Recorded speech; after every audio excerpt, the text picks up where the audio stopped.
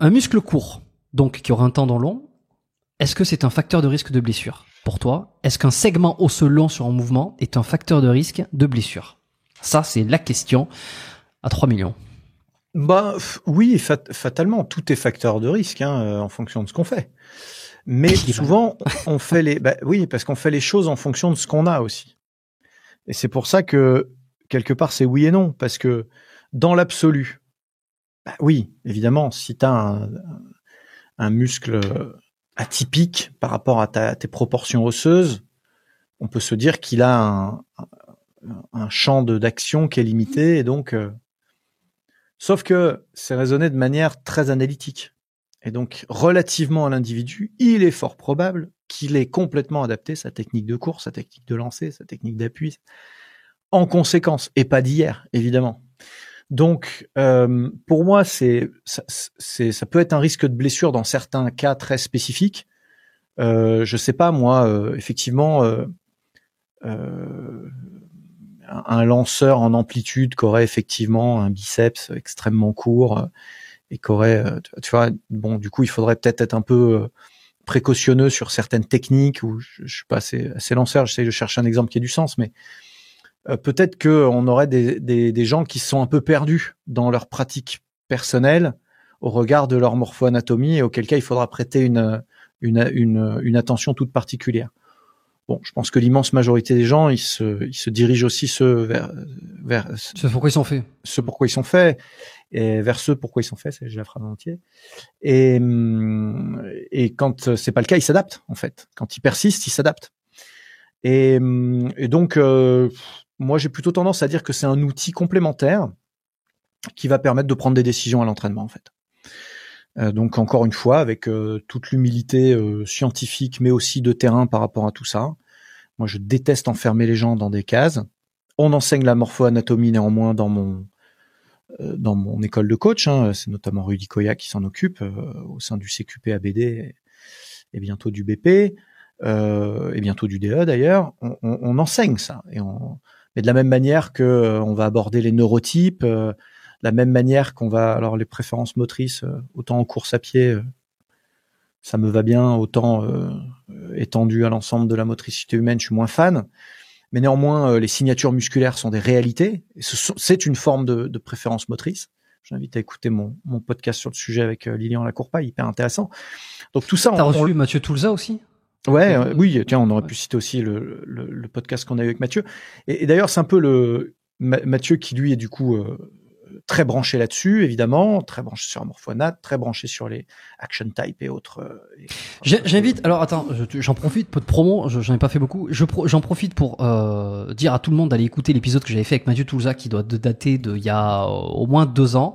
Ça sera peut-être l'occasion de faire une petite mise à jour aussi, qui est absolument passionnant, que je pense beaucoup de gens ont rejoint le podcast Mécanique ici depuis, et qui n'ont peut-être pas eu l'occasion d'aller écouter cet épisode avec lui. Donc allez l'écouter, je le laisserai en description, on le mettra dans les numéros.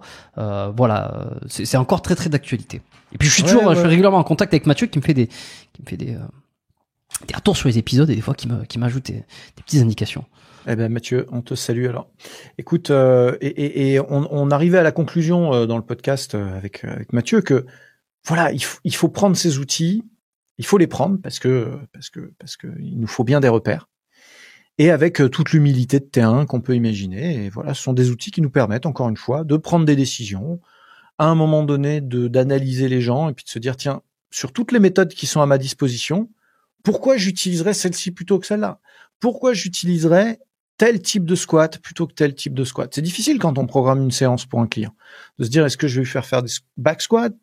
D'ailleurs, comment je vais positionner la barre? Comment je vais positionner les pieds? Qu'est-ce que j'attends de lui? Des séries plutôt courtes, des séries plutôt longues? Pour choisir tout ça, il va falloir à un moment donné, si je veux vraiment individualiser, que j'ai un maximum d'éléments qui me permettent de prendre des décisions. La morpho-anatomie, ça en fait partie. Et très bien. Si je suis un tout petit peu tatillon et spécifique, je prends un exemple très très simple qui va être le biceps. Biceps court, biceps long. Est-ce que le fait d'envisager de faire du curl incliné lorsqu'on a un biceps court, donc il va mettre davantage d'étirement, est-ce que c'est plus risqué de développer soit une tendinite, soit un arrachement ou quoi que ce soit, Les études, d'après ceux qui sont très orientés études, sembleraient indiquer qu'il n'y a pas de lien, qu'il n'y a pas d'augmentation de risque de blessure sur un muscle dit court. Ça dépend ce qu'on appelle la blessure, mais oui, effectivement, la désinsertion, c'est on en voit des insertions du pec par exemple, mais ouais, je suis pas vraiment inquiet pour ça. Pour moi, c'est plutôt le déclenchement d'un truc qui vient d'ailleurs, tu vois, la conséquence de quelque chose qui vient d'ailleurs. Ceci étant, c'est clair que les niveaux de force développés par un tel muscle ne sont pas les mêmes à différents angles. Et on voit bien quand on teste les gens sur des machines isocinétiques, comme les machines e-gym que tu m'as peut-être vu utiliser, qui sont des machines qui peuvent te réguler la charge en fonction de l'angle de travail que tu utilises, un peu comme des machines de kiné, mais adaptées au fitness et à la prépa physique. Excuse-moi, comment tu l'écris, e-gym? E-gym, E-G-Y-M. E-gym. Ok. On voit bien que les niveaux de force des uns et des autres, alors même que que le niveau de force absolu peut être le même, que le poids de corps peut être le même, que la personne s'entraîne avec une charge et un programme similaire, on voit bien que le comportement au cours du mouvement n'est pas le même. Et ça s'explique par plusieurs choses. Effectivement, d'abord par la surface du muscle qui est recrutable à tel angle et qui permet de générer tant de force, mais aussi par l'ordre de recrutement des chefs. C'est un peu ce dont on parlait avec Lilian Lacourpaille dans le podcast. C'est que finalement, sur un leg extension, je vais prendre un mouvement où il y a plus de chefs, peut-être que toi, on va faire tous les deux 70 kilos sur notre leg extension, ok. Même tempo, même puissance max, même vitesse, tout pareil. Sauf que sur les 20 premiers degrés, toi, tu sollicites beaucoup plus que moi le vaste latéral, et c'est ton vaste médial qui ensuite prend le relais, par exemple. Et moi, je vais pas du tout avoir la même stratégie de recrutement. Et du coup, ça, c'est un facteur quand même alors à minima de performance différentielle, peut-être même de contre-performance dans certains cadres moteurs, mais à maxima, de saturation musculaire pour une charge qui devient inadaptée parce que, au-delà des maillons de la chaîne, au sein même de mon muscle, j'ai peut-être des coordinations intramusculaires qui ne sont pas aussi efficaces que les tiennes, par exemple, tu vois. Et c'est là qu'on va se retrouver, peut-être, avec des gens qui sont, sans aller jusqu'à l'élongation, même ne serait-ce qu'ils sont plus courbaturés après un certain type de charge que d'autres.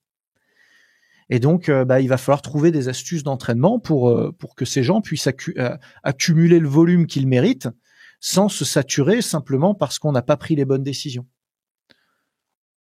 Il y aurait un lien entre le surétirement et la tendinite, l'apparition d'une tendinite? Pas ma connaissance, j'ai plutôt l'impression que c'est l'inverse, c'est-à-dire que toute charge excentrique a plutôt tendance à guérir la tendinite.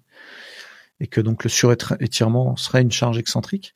Après, tu crées quand même de l'inflammation quand tu fais du surétirement. Donc, je sais pas ce que tu appelles du surétirement. Pour moi, du surétirement, définissons-le, c'est un étirement qui va dans la zone de déformation. C'est de l'étirement intense à visée de souplesse. Donc, il y a rien de sûr. C'est de l'étirement tout simplement, on va dire, mais de l'étirement intense. Parce que du surétirement serait là du coup la désinsertion. Surétirement du coude. Étirement intense, peut-être qu'il pas assez adapté par rapport à la, ou pas assez progressif. Ou alors, ou alors la question, c'est pas assez adapté à la structure du muscle, tu vois, si on considère un muscle court ou un muscle long. Parce que ça peut s'envisager de penser comme ça. Oui, tout peut s'envisager. J'ai quand même l'impression que les tendinites en musculation sont plus quand même liées à des générations de force isométriques, voire en raccourcissement, dans des zones où on a un différentiel de force avec la zone d'avant qui est trop importante. Concrètement, ce qui nous gêne sur l'exemple du biceps curl, c'est qu'on peut avoir des gens qui sont très très très forts coude à 90 degrés et très très très faibles proche de l'extension totale. Et donc dans la phase de raccourcissement, ils sont en surforce en fait, ils sont en surcharge, donc c'est là qui crée des surtensions et qui crée de l'inflammation. Sur l'étirement, c'est plutôt le danger, c'est plutôt La déchirure. une blessure aiguë ou au moins une élongation, quoi. Ouais. Bon, on voit que tout ça est quand même bien complexe entre l'analyse, la compréhension, les causalités. Alors une dernière chose, hein, parce que je l'ai évoqué tout à l'heure et puis on va clôturer là-dessus sur l'automassage. En 2024, on enregistre. Qu'en est-il des automassages? Est-ce que c'est complètement désuet? Est-ce que ça a une utilité? Ça a été merveilleux à un moment donné. Et puis ouais. Bah, c'est comme tout. T'as la mode. Et puis Christophe, si tu passes par là. Et puis ensuite, il y a la mode de... Bon, il y a deux choses. Il y a d'abord, au cœur de la mode, il y a des préconisations qu'on faisait qu'on ferait plus. Tu vois, tu parlais de Christophe Cario, c'est ça? Non, ouais. Oui, qui a beaucoup totalement été précurseur sur ça. Et puis son message a évolué dans le temps. C'est-à-dire que dans un premier temps, c'était systématique, et puis peu à peu, attention à faire trop d'automassage du dos sur les vertèbres, on peut créer de la laxité articulaire, ce qui est une réalité. Donc évidemment, avec le niveau d'expertise de tous qui monte et la recherche qui avance, nos messages évoluent. Les miens, c'est pareil. Hein.